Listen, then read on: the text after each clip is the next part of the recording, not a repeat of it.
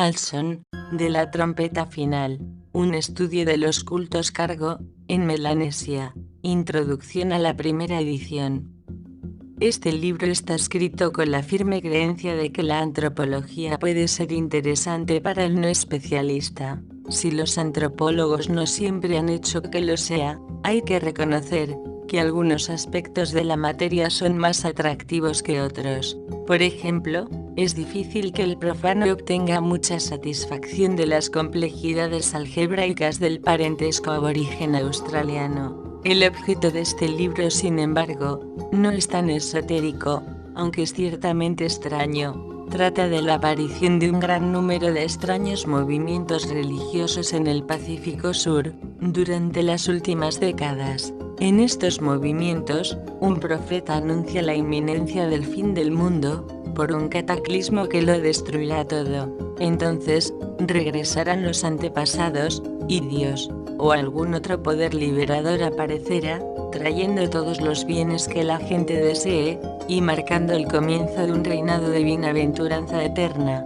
Por ello, la gente se prepara para el día, fundando organizaciones de culto, y construyendo almacenes, malecones, etc., para recibir los bienes, conocidos como cargo, en el pidgin inglés local. También, a menudo, abandonan sus huertos, sacrifican el ganado, comen toda su comida, y malgastan el dinero.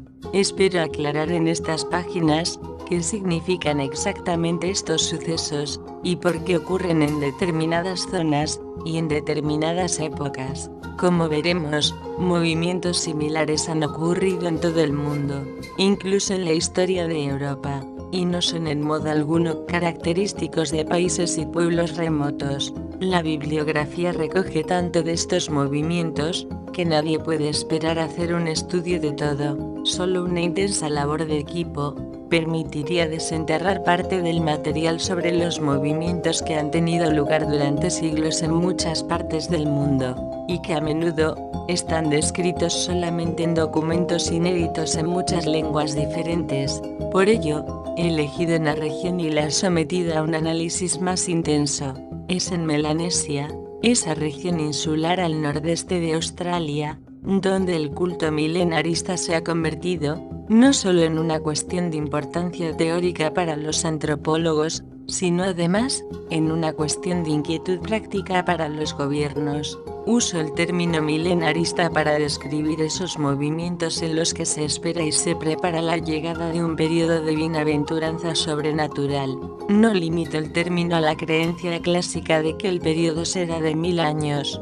Tal como lo uso, el término incluye los movimientos que esperan que el milenio se produzca únicamente como resultado de una intervención sobrenatural, y los que prevén que será necesaria la acción de seres humanos. No uso los calificativos de mesiánico o profético porque, como espero demostrar, las actividades de los mesías o profetas no son los aspectos más importantes de tales movimientos. Una distinción mucho más importante es la que hay entre los movimientos que esperan que el milenio ocurra en un futuro próximo, y los que consideran el milenio como un acontecimiento remoto.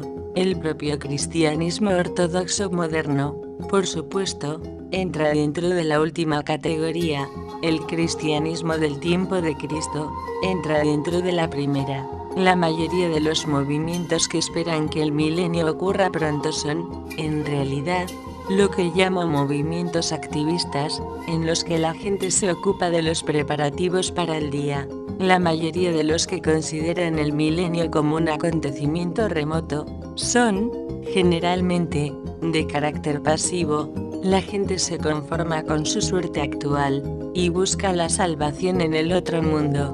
Aquí nos ocuparemos del primer tipo. Si bien Polinesia se ha convertido en un nombre familiar para muchas personas, quizás a causa de sus diversas asociaciones con los maoríes, la música hawaiana, y la expedición de la Kon-Tiki, probablemente el nombre de Melanesia es menos familiar para la mayoría. Las islas melanesias limitan, al sur con Australia, al este con las islas de la Polinesia, al oeste con Indonesia, y al norte con los atolones de coral de Micronesia, de los cuales el más conocido, es el de Bikini. Es típico de la oscuridad general que rodea a Melanesia, que la región contenga la isla mayor del mundo pero una de las menos conocidas, Nueva Guinea, donde, incluso hoy, poblaciones considerables del centro montañoso tienen que ser sometidas todavía a control gubernativo. La mitad occidental de Nueva Guinea está administrada por los Países Bajos, que están gastando dinero en abundancia para fortalecer el derecho holandés a este territorio extremadamente atrasado, único vestigio de las antiguas Indias Orientales holandesas. Este territorio es el que Indonesia llama Irian, y el que insiste en reivindicar. Nueva Guinea Oriental está dividida en una región septentrional y una región meridional. La región septentrional, que también incluye las grandes islas de Nueva Bretaña, Nueva Irlanda y Buka, fue antiguamente la Nueva Guinea alemana. Después de la Primera Guerra Mundial, se convirtió en territorio bajo mandato australiano, y desde la Segunda Guerra Mundial, ha sido territorio administrado por Australia. La parte meridional de Nueva Guinea Oriental es el territorio australiano de Papúa. Al este de Nueva Guinea están las Islas Salomón, en las que se libraron feroces batallas en la Segunda Guerra Mundial. Exceptuando Buka, estas islas están gobernadas por Gran Bretaña, como protectorado británico de las Islas Salomón. Más al sudeste se encuentran las Nuevas Hébridas, administradas conjuntamente por Francia y Gran Bretaña bajo un sistema singular que ha proporcionado, a los científicos políticos del Pacífico, poca satisfacción. Además de los tribunales que mantiene cada gobierno por separado, también hay un tribunal conjunto, cuyo primer presidente fue nombrado por el rey de España. Como observa Oliver, en The Pacific Islands, era verdaderamente neutral, al entender poco francés, menos inglés y nada de melanesio. Pero esto no era un obstáculo especial, porque también era sordo. En el extremo sur de esta larga cadena encontramos el territorio francés de Nueva Caledonia, y en la frontera de Polinesia, las Islas Fidji. Nueva Caledonia no es una isla virgen del Mar del Sur, es uno de los mayores exportadores de níquel, cromo y cobalto, y no hace mucho era el principal exportador mundial de estos importantes minerales. Su población nativa ha sido reducida de unas 100.000 personas en tiempos del Capitán Cook, a unas 24.000, hoy en día, pero la afluencia de criminales y presos políticos deportados, comunalistas, nacionalistas, árabes, etc. y colonos franceses, dio a Nueva Caledonia una población adicional de 17.000 personas en 1939. La mayor parte del trabajo duro en las minas era realizado por millares de obreros contratados, javaneses y tonquineses. Por otra parte, como veremos, las Fidji pronto se convirtieron en una valiosa baza económica, en virtud de sus ricos campos de azúcar, minas de oro, y plantaciones de coco. Se introdujeron miles de indios para realizar el trabajo, no cualificado, en las plantaciones azucareras de las Fidji.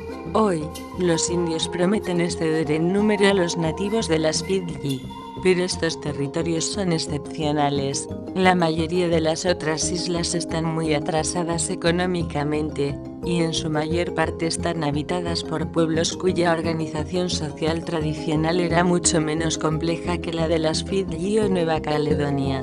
Esto se refleja en las bajas cifras de población. Solamente hay alrededor de 1 millón de habitantes, en los enormes territorios australianos de Nueva Guinea y Papúa, por ejemplo, es decir, 2 habitantes por kilómetro cuadrado. El nombre Melanesia, Islas Negras, se refiere a los habitantes de piel negra, que pertenecen a 3 troncos raciales diferentes, unos pocos pigmeos de pelo ensortijado, una población negroide, y una población papú, probablemente la última en llegar. Estas divisiones coinciden de algún modo, pero de ninguna manera exactamente, con la división en 2 grandes grupos de lenguas, las melanesias y las papúes. Las lenguas melanesias están relacionadas con la familia malayo-polinesia, pero en realidad Papú significa poco más que no melanesio. Hay una diversidad verdaderamente fantástica de lenguas. En un extremo, los hablantes de algunas lenguas solamente se cuentan por decenas, incluso en el otro raramente exceden de los 70.000. Parte de la explicación de esta diversidad en pequeña escala se insinúa cuando observamos la topografía de la región.